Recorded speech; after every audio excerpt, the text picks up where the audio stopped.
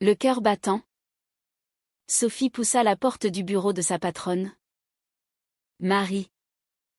Ce matin pluvieux de septembre à Paris. Elle n'avait pas dormi de la nuit. Hantée par l'email reçu la veille, viens me voir demain à 9 heures. Il faut qu'on parle de ton avenir ici. Mais rien ne l'avait préparée à ce qui suivit. Marie, assise derrière son grand bureau en verre, leva les yeux de son ordinateur et, sans préambule, lâcha, Sophie. Je sais que tu es lesbienne. Pourquoi le caches-tu à l'équipe? C'est le moment de l'assumer. Sophie sentit le sol se dérober sous ses pieds. Son secret le plus intime exposé comme une plaie ouverte. Et elle bredouilla, comment? Comment le savez-vous? Marie sourit froidement, j'ai mes sources. Et si tu veux garder ton poste? Tu vas l'annoncer lors de la réunion d'équipe cet après-midi. Sophie quitta le bureau les jambes tremblantes. Le monde autour d'elle flou comme les rues mouillées de la capitale. Elle avait 28 ans. Travaillait depuis 3 ans chez cette agence de communication branchée du Marais. Et jusqu'à présent, elle avait réussi à cloisonner sa vie, d'un côté, son travail où elle excellait en tant que graphiste créative. De l'autre, sa relation secrète avec Élise, sa compagne depuis 2 ans. Élise, professeure d'histoire dans un lycée de banlieue, insistait pour que Sophie assume publiquement leur amour. Mais Sophie résistait, terrifiée par les réactions de sa famille conservatrice originaire de Bretagne. Son père, un pêcheur à la retraite, et sa mère, fervente catholique, n'accepterait jamais. Il me renierait, se répétait-elle souvent. Les nuits où les doutes l'assaillaient. De retour à son poste, Sophie fixa son écran sans le voir. Les doigts figés sur le clavier. L'idée de révéler son orientation sexuelle devant ses collègues la glaçait. Parmi eux, il y avait Paul, le macho de service qui multipliait les blagues douteuses, et Claire, la pieuse qui affichait sa croix en pendentif. Mais surtout, il y avait Marie, sa patronne charismatique de 35 ans, aux cheveux courts blonds et aux yeux bleus perçants, qui dirigeait l'agence d'une main de fer. Marie était connue pour son progressisme, elle avait organisé des ateliers sur la diversité et l'inclusion. Et murmurait-on, elle avait elle-même une vie privée discrète. Pourquoi forçait-elle Sophie à cette routine forcée? Était-ce une forme de soutien maladroite? Ou y avait-il autre chose? La matinée s'étira comme un supplice. Sophie envoya un message à Élise, urgent. Appelle-moi. Mais Élise était en cours. Et Sophie dut attendre la pause déjeuner pour entendre sa voix. Assise sur un banc du jardin des Tuileries, sous une pluie fine, elle raconta tout d'une traite. Elle sait. Élise. Et elle me menace de me virer si je ne le dis pas à tout le monde. De l'autre bout du fil, Élise explosa, c'est du chantage. Tu ne peux pas la laisser faire ça. Batte-toi. Sophie. C'est l'occasion de vivre librement. Mais Sophie sentait la panique monter, et ma famille? Si ça arrive à leurs oreilles. Élise soupira, ils finiront par l'accepter. Ou pas. Mais tu ne peux plus vivre dans le mensonge. L'après-midi approchait. Et la réunion d'équipe était fixée à 14 heures. Sophie erra dans les rues animées du Marais, passant devant des cafés où des couples s'embrassaient sans se cacher. Elle enviait leur liberté. Mais la sienne semblait un luxe inatteignable. De retour au bureau, elle croisa Marie dans le couloir. Prête, demanda celle-ci avec un sourire énigmatique. Sophie hocha la tête. la gorge serrée. Dans la salle de réunion, une dizaine de collègues s'installèrent autour de la table ovale. Marie prit la parole en premier. Aujourd'hui, on parle d'authenticité au travail. Sophie a quelque chose à partager. Tous les regards se tournèrent vers elle. Sophie inspira profondément, les mains moites. Je suis lesbienne, balbutia-t-elle. Un silence pesant s'installa. Puis Paul ricana. Ah bon? Ça explique tes coupes de cheveux courtes. Claire fronça les sourcils. C'est personnel? Non. Mais Marie applaudit. Bravo. Sophie. C'est un pas courageux.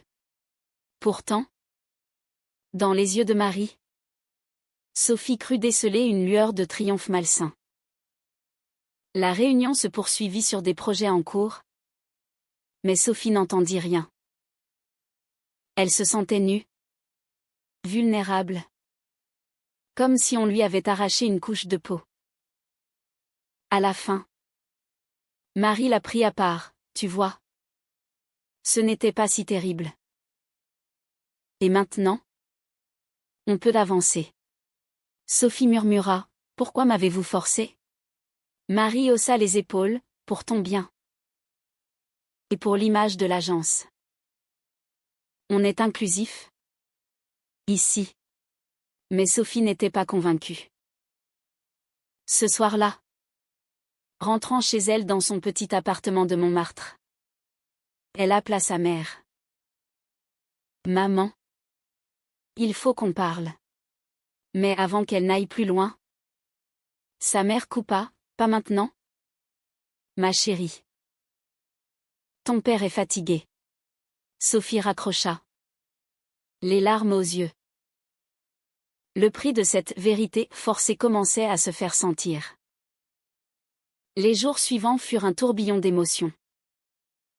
Au bureau, les collègues réagissaient différemment, certains la félicitaient, d'autres l'évitaient. Paul multiplia les remarques déplacées. Et Sophie dut se plaindre à Marie, qui le réprimanda mollement. Élise, de son côté, était ravie. Enfin, on peut être nous-mêmes. Elles sortirent plus souvent, main dans la main dans les rues de Paris. Mais Sophie sentait un malaise grandir. Et puis, il y eut cet appel de sa sœur, Anna, qui vivait encore en Bretagne. Maman a entendu des rumeurs. C'est vrai? Sophie, que tu es comme ça? Sophie nia. Paniquée. Mais le mal était fait. La famille commença à murmurer. Et bientôt, son père l'appela. Reviens à la maison. On doit discuter. Sophie décida d'affronter Marie directement. Un soir, après les heures de bureau, elle entra dans son office. Pourquoi m'avez-vous poussé à ça? C'était mon secret. Marie se leva, s'approcha d'elle. Parce que je sais ce que c'est de se cacher. J'ai vécu ça. Sophie fronça les sourcils. Vous? Marie hocha la tête. Oui. Et je t'ai vu lutter. Je voulais t'aider. Mais quelque chose dans son ton sonnait faux. Sophie insista. Comment l'avez-vous su? Marie hésita. Une amie commune. Élise en a parlé à quelqu'un. Sophie sentit la trahison comme un coup de poignard. Élise? Non. Impossible. Elle quitta le bureau en furie, appelant Élise immédiatement. Tu as parlé de nous? Élise admit, juste à une amie. Pour me confier. Je ne pensais pas que ça arriverait à Marie. Sophie hurla, tu m'as trahi. La nuit fut interminable. Sophie erra seule dans les rues nocturnes de Paris, sous les lumières des Champs-Élysées. Elle se sentait piégée entre son amour pour Élise, la pression de Marie et le jugement imminent de sa famille. Le lendemain, au travail, Marie l'invita à un café. Écoute, Sophie. Je suis désolée si ça t'a blessée. Mais regarde. L'agence est plus unie maintenant. Sophie secoua la tête, unie. Paul me harcèle. Claire me juge. Et ma famille. Marie posa une main sur son bras. Je peux t'aider avec ça. Son toucher était chaud. Presque trop. Sophie retira sa main. Mal à l'aise. Était-ce de la compassion? Ou autre chose? Les semaines suivantes virent l'escalade des tensions. Sophie rentra en Bretagne pour le week-end, affrontant sa famille dans la maison familiale surplombant la mer agitée. Son père, un homme buriné par les ans et les tempêtes, la fixa d'un regard dur. C'est vrai? Ce qu'on dit? Que tu préfères les femmes? Sophie, les yeux baissés, murmura, oui. Papa. Sa mère éclata en sanglots. Comment as-tu pu? L'Église. La société. Tu nous fais honte. Anna, sa sœur, tenta de tempérer, laissez-la s'expliquer. Mais le dîner se transforma en champ de bataille verbale, avec des accusations de perversion et des appels à la repentance. Sophie repartit le cœur lourd, se jurant de ne plus y retourner tant que les esprits ne se calmeraient pas. De retour à Paris, elle trouva refuge chez Élise, dans son appartement cosy de Belleville. Elles passèrent la soirée à discuter, Élise s'excusant encore pour sa indiscrétion. Je voulais juste partager mon bonheur, dit-elle, les yeux brillants. Sophie l'embrassa. Mais une distance s'installait. Au bureau, Marie semblait plus attentive, l'invitant à des déjeuners professionnels qui dérapaient sur des sujets personnels. Comment va ta relation avec Élise? Demanda-t-elle un jour. Au café en face de l'agence. Sophie se raidit, bien. Pourquoi? Marie sourit, juste curieuse. Tu mérites quelqu'un qui te soutienne vraiment. Sophie sentit un frisson, était-ce une avance? Elle changea de sujet. Mais le doute s'insinuait. Bientôt. Un projet majeur occupa l'équipe, une campagne pour une association LGBT+. Marie assigna Sophie comme lead designer, arguant que son expérience personnelle serait un atout. Sophie accepta, voyant une opportunité de transformer sa douleur en quelque chose de positif. Mais lors des brainstorming, Paul sabota ses idées, c'est trop gai. Ça va faire fuir les clients hétéros. Sophie explosa, c'est le but de la campagne. Marie intervint, Paul. Arrête. Sophie a raison. Pourtant, après la réunion, elle confia à Sophie, il est con. Mais indispensable. Ne le provoque pas. Sophie se sentit diminuée. Comme si sa vérité n'était qu'un outil marketing.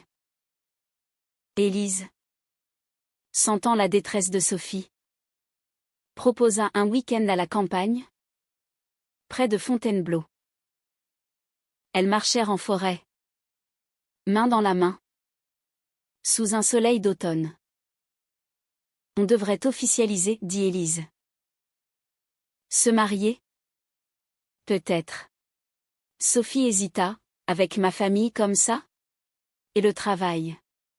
Élise insista, justement. C'est le moment de montrer qu'on est forte. Mais Sophie repensait à Marie, à ses regards insistants. Était-elle paranoïaque? Ou y avait-il une attirance mutuelle? De retour à Paris, elle confia ses doutes à une collègue de confiance, Léa. Marie te drague? C'est clair, rit Léa. Mais attention. Elle est mariée? Non. Sophie sursauta. Mariée? Léa hocha la tête. À un homme? Je crois. Mais c'est discret. Cette révélation la perturba. Marie. Progressiste en façade? Cachait-elle un mariage hétéro? Sophie décida d'enquêter discrètement. Lors d'un afterwork au bar du quartier, elle posa des questions anodines. Marie. Un verre de vin à la main. Avoir, oui. J'ai été mariée. Divorcée maintenant. Mais ses yeux évitaient ceux de Sophie. Plus tard. Ivre. Elle murmura, tu me rappelles moi à ton âge. Perdue. Mais belle. Sophie rentra chez elle troublée. Élise l'attendant avec un dîner romantique. Qu'est-ce qui ne va pas? Demanda Élise. Sophie mentit, rien. Juste la fatigue. Le conflit intérieur de Sophie s'intensifia. Elle aimait Élise. Mais les avances présumées de Marie la flattaient, éveillant des questions sur sa fidélité. Et la pression familiale culmina avec une lettre de sa mère. Reviens à Dieu? Ou ne reviens pas du tout? Sophie pleura des heures. Puis appela Marie pour un conseil. Viens chez moi, proposa Marie. Sophie accepta, se rendant dans son appartement haussmannien du 16e arrondissement. Là, autour d'un thé, Marie écouta, ta famille est toxique. Coupe les ponts si besoin. Puis, elle s'approcha, je peux t'aider à guérir. Sophie recula, qu'est-ce que vous voulez vraiment? Marie avoua, toi. Sophie. Depuis le début. Le choc fut total. Sophie quitta l'appartement en courant. Sous la pluie nocturne. Chez Élise. Elle avoua tout, Marie m'a fait des avances. Élise pâlit, la salope. Demain. On porte plainte pour harcèlement. Mais Sophie hésita, c'est ma patronne. Et si elle se venge? Elles débattirent tard dans la nuit. Élise poussant pour l'action. Sophie craignant les conséquences. Le lendemain. Au bureau. Marie agit comme si de rien n'était. Mais ses emails étaient plus froids. Sophie travailla sur la campagne LGBT+, y mettant toute son âme. Mais le doute rongeait, avait-elle mal interprété? Ou Marie jouait-elle un jeu dangereux? Bientôt. Un incident éclata, Paul diffusa une rumeur que Sophie et Marie avaient une liaison. L'agence bruissait de commérage. Claire, outrée, confronta Sophie, c'est immoral. Sophie nia. Mais le mal était fait. Marie convoqua une réunion d'urgence, ces rumeurs sont fausses et toxiques. Quiconque les propage sera sanctionné. Mais en privé. Elle dit à Sophie, c'est ta faute. Si tu n'avais pas parlé à Léa. Sophie comprit, Marie avait des espions. La trahison la frappa de plein fouet. Elle décida de démissionner. Mais Élise l'en dissuada, batte-toi. On va la dénoncer. Sophie contacta un avocat spécialisé en droit du travail. Vous avez un cas pour harcèlement sexuel, dit-il. Mais les preuves étaient minces, des paroles, des regards. Pendant ce temps, la famille de Sophie intensifia la pression, son père l'appela, menaçant de la déshériter. Choisis, ta vie perverse ou ta famille. Sophie hurla, c'est qui je suis. Et raccrocha. Tremblante. Élise la serra dans ses bras, je suis fière de toi. Mais le prix était élevé, isolation. Stress. Insomnie. La confrontation avec Marie devint inévitable. Sophie demanda un rendez-vous formel, enregistrant discrètement la conversation sur son téléphone. Dans le bureau, elle posa les cartes sur table. Vos avances sont inappropriées. Arrêtez. Ou je porte plainte. Marie pâlit. Avance? C'était de la compassion.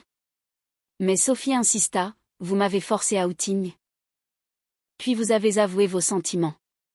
Marie nia. Tu as mal compris. J'essayais de t'aider. En tant que mentor. Sophie sortit. Dubitative. Elle envoya l'enregistrement à son avocat, qui conseilla, accumuler plus de preuves. Au bureau, l'atmosphère était électrique. La campagne LGBT+ avançait, mais Sophie se sentait exploitée. Lors d'une présentation aux clients, Marie la présenta comme notre experte en authenticité queer. Sophie bouillonnait intérieurement. Après, elle confronta Marie. Vous utilisez mon identité pour votre image. Marie répliqua. Et toi? Tu utilises l'agence pour te cacher. Le clash marqua un tournant. Sophie décida de rassembler des alliés. Elle parla à Léa et d'autres collègues, révélant les avances. Certains la soutinrent, d'autres restèrent neutres, craignant pour leur job. Élise, de son côté, affrontait ses propres démons. Son lycée, conservateur, avait entendu parler de sa relation, et des parents d'élèves se plaignaient. Tu risques ton poste, l'avertit sa directrice. Élise répondit, je ne me cacherai pas. Mais le stress affectait leur couple, disputes sur la gestion de la crise.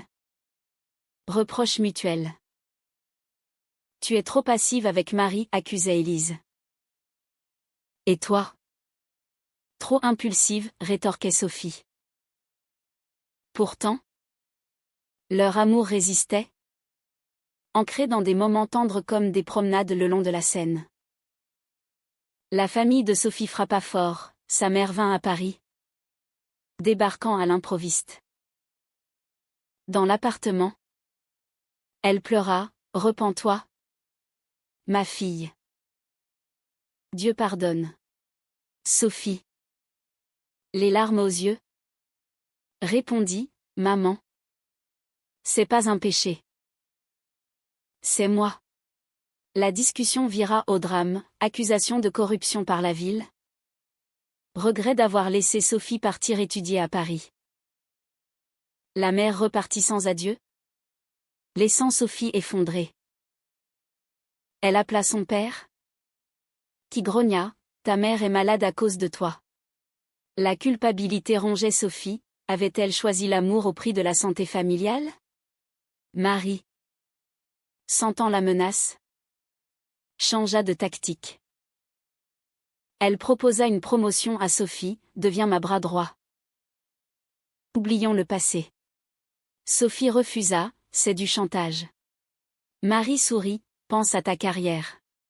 Sophie enregistra ça aussi. Bientôt, des rumeurs inverses circulèrent, Sophie harcelait Marie. Paul en était la source. Probablement manipulé. Sophie confronta Paul, arrête. Ou je te dénonce. Il rit, prouve-le. L'agence se divisait en camps, pro-Marie, pro-Sophie. Élise suggéra une thérapie de couple. Elles consultèrent une psy dans le 5e arrondissement, explorant leur peur. J'ai peur de te perdre, avoua Sophie. Moi. De te voir brisée, répondit Élise.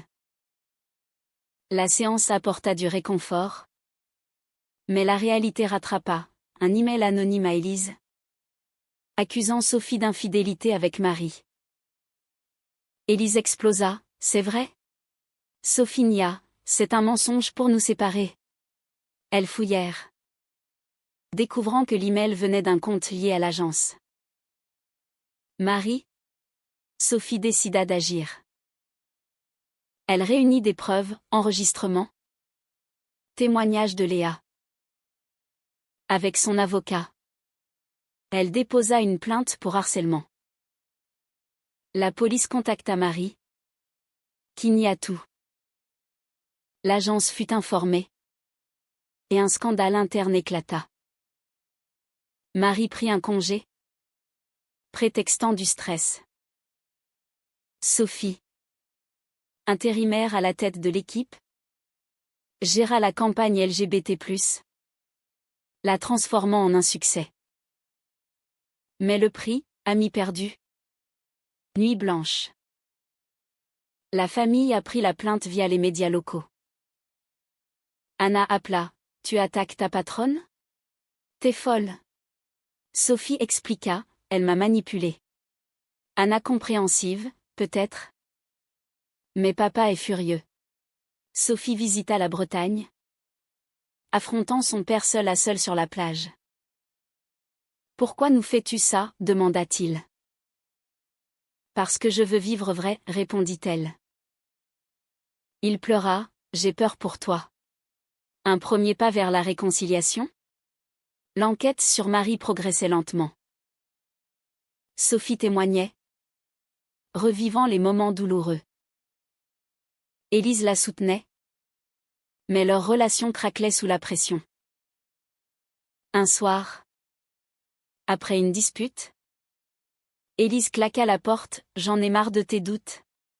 Sophie, seule, appela Léa pour du réconfort. Viens boire un verre, proposa Léa. Au bar, elles parlèrent tard, et Sophie se confia sur ses attirances confuses pour Marie. C'était flatteur, admit-elle. Léa l'embrassa impulsivement. Sophie recula, non. Je suis avec Élise. Mais le baiser sema le doute. Élise rentra le lendemain. Elles se réconcilièrent. Mais Sophie garda le secret. La culpabilité grandissait. Au bureau, sans Marie, l'ambiance s'améliorait, Paul fut muté. Claire s'ouvrit. Sophie excella, gagnant en confiance. Mais un appel de l'avocat, Marie contre-attaque. Elle vous accuse de diffamation. Sophie paniqua, elle ment. L'avocat, préparez-vous à un procès. La famille se divisa, la mère priait pour Sophie. Le père l'ignorait. Anna médiatisait. Lors d'un dîner à Paris, Anna dit, bats-toi. Sœur. Mais pense aux conséquences. Sophie hocha la tête. Mais intérieurement, elle questionnait ses choix, avait-elle amplifié les avances de Marie? Ou était-ce une manipulation réelle? Élise, stressée par son boulot, proposa une pause, on a besoin d'espace. Sophie pleura, ne me laisse pas. Elles décidèrent de persévérer. Mais la tension montait. Un week-end à Normandie. Elles se disputèrent sur la plage, tu regrettes d'avoir parlé de nous, accusa Élise. Non. Mais tout ça, répondit Sophie. Elles rentrèrent en silence. Marie revint au bureau. Sous surveillance. Elle ignora Sophie. Mais ses regards étaient venimeux. Lors d'une réunion, elle sabota une idée de Sophie, pas assez professionnelle. Sophie riposta, c'est personnel. Ça. L'équipe soutint Sophie, marquant un shift de pouvoir. La thérapie révéla des traumas, Sophie parla de son enfance répressive. Élise de son outing forcé au lycée. Elles se rapprochèrent. Mais le baiser avec Léa hantait Sophie. Elle avoua, Léa m'a embrassée.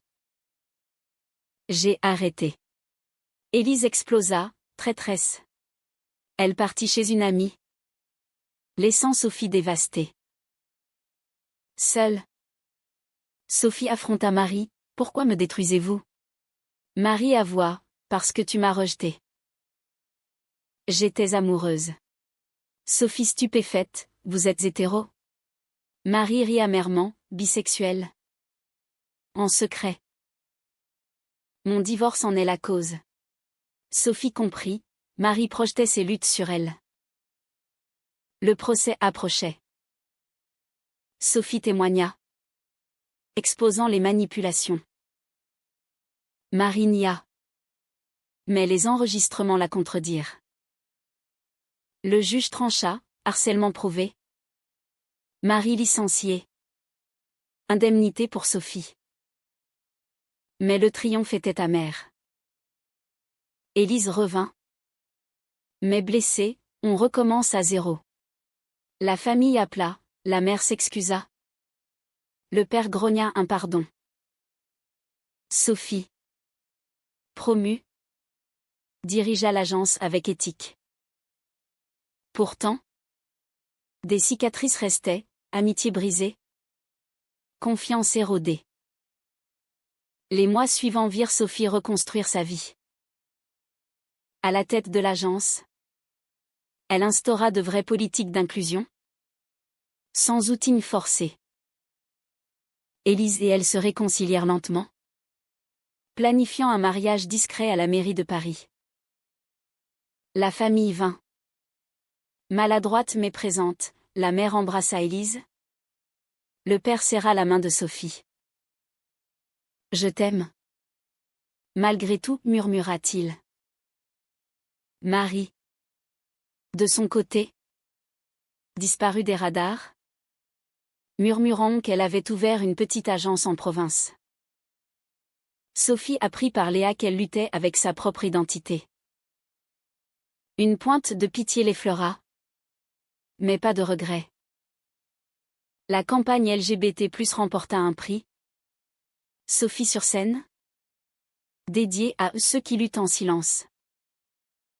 Applaudissements. Mais intérieurement, elle questionnait, avait-elle payé trop cher ? Élise et elle voyageaient. De la Côte d'Azur à la Bretagne, guérissant les plaies. Mais des doutes persistaient, la société changeait-elle vraiment ? Ou les préjugés restaient-ils tapis ? Un soir, sur la tour Eiffel scintillante, Élise demanda, « Heureuse ?» Sophie répondit, « Oui. » Mais à quel prix ? La vie continuait. Avec ses joies et ses ombres. Sophie avait choisi l'authenticité. Mais le chemin avait été semé de trahison. De pertes. Était-ce la bonne voie ? Et vous ? Pensez-vous que forcer quelqu'un à révéler son orientation sexuelle pour son bien est justifiable ? Ou est-ce toujours une violation impardonnable ?